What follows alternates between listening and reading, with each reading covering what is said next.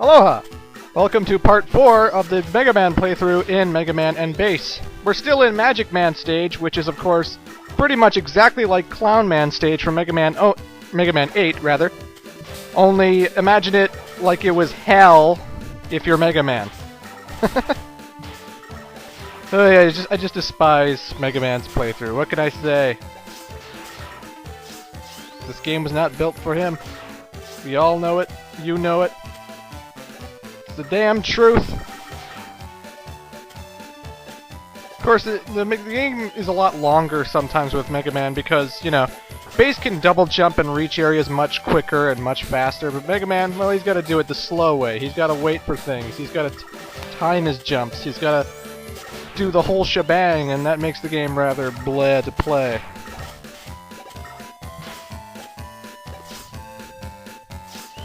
Luckily, these trains have ground to them. Thank God.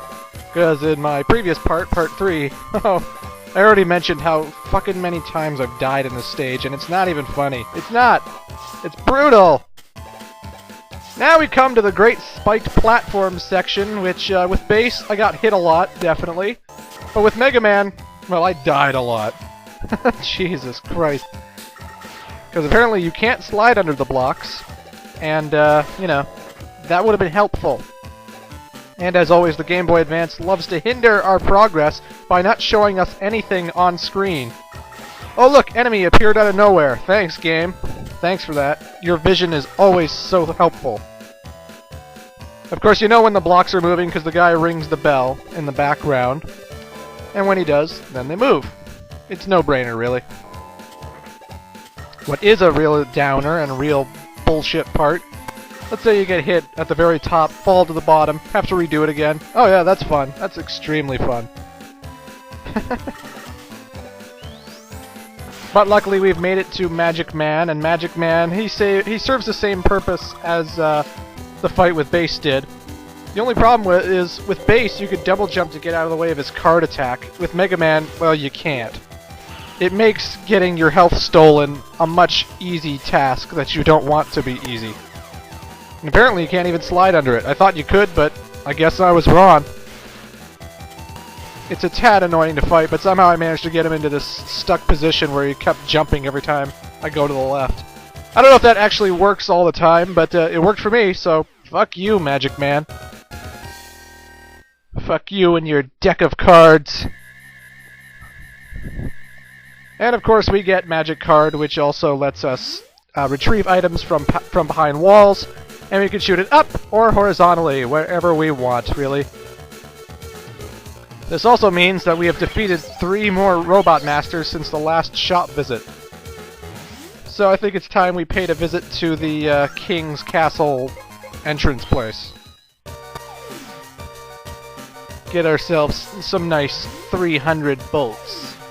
Of course, the melee attack is good for bouncing off the wall here. 100 bolts from me. And on the right here, we have to use the Magic Card. Up, right. I said right. There we go. Another 100 bolts from me.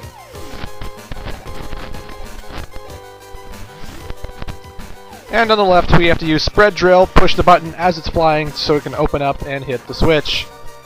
300 bolts. And now we're heading to the shop, and the shop has a shitload of new items, even more items than Bass got to have.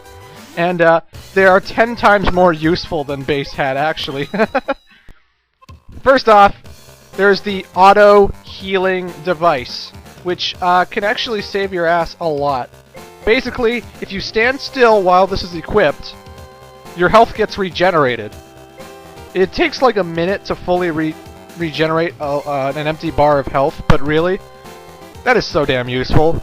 It's so great going to a boss, waiting till your health recharges, and then you can go in full blast and not have to waste a life. I got the Hyper Supercharge, which of course reduces the time my Mega Buster charges up, and it's not an equipable item, it's an automatic item. So by buying that, it'll never go away. So I also bought the armor so that I can equip the armor and have a half-time Mega Buster, thereby making my Mega Man oh so much better. So now I have reduced damage and I can shoot the Mega Buster. Good stuff, if I say so myself. There was also Beat in that shop, and Beat, he's different from every other game. In Beat, this time, he flies on screen and he protects you with a shield. And when you have the shield, nothing can hurt you, at least nothing that runs into you. And it's good until Beat runs out, because of course he has an energy meter as well. It's especially useful for the King 2 stages, because every tank seems to have one of those laser weapons and stuff. Beat's great for that. And he's also good for Dr. Wily. But I didn't really use Beat that much, so you'll see him in one of the death reels later, but that's about it. A brief glimpse. He's just good for protecting you against attacks, and, you know, good for Beat. And as for everything else, we got the standard fare. There's nothing that makes the Mega Buster stronger. The only thing that makes it slightly stronger is the ability to reduce how much time it takes to charge up. And hey, I'll take it. The faster I am, the better I am. An Astro Man stage is definitely a lot harder as Mega Man. I could usually dash through this, jump all through this, but no, not this time. No, this time I actually have to try. I don't like it. And of course, these blocks you have to memorize the light show that they go in. Beep, beep, beep. If you do not, well, you're going to get shot at. And until you get it, you'll never leave that room. Always fun, isn't it?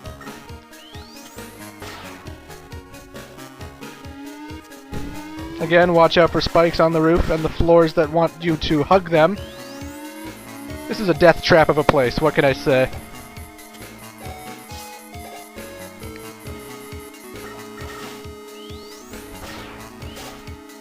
And I wish I had more to talk about, but really, I have done a playthrough of this already. I think I've explained most of the basics. I don't like this part because I have to use the reappearing, disappearing blocks that I love oh so much. See, with Bass, I could easily just double jump past all of this, but with Mega Man, I gotta know how to do it. And you know, it's not fun to me. Like this part, I have to jump into Spike's way to get to that first block, and I have no idea when it's spawning. It's the first one to spawn on screen. And there doesn't seem to be any... Jesus. There doesn't seem to be any time of, like, any hint, any warning that it's going to spawn right now! And I can't just jump to the second one from a regular jump, so I gotta go first. Yeah, look at this. It's bullshit. It's bullshit.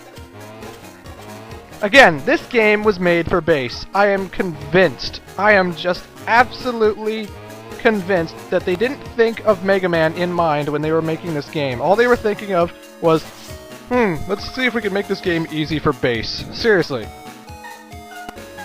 You can't tell me this game was thought of for Mega Man in mind with some of these jumps.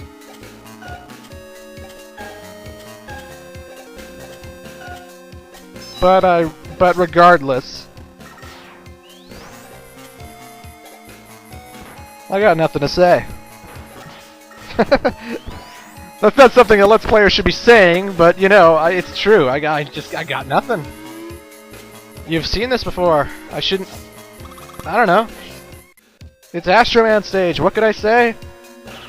It's there. It's queer. Get used to it. Alrighty, Astro Man has not changed since the base fight either.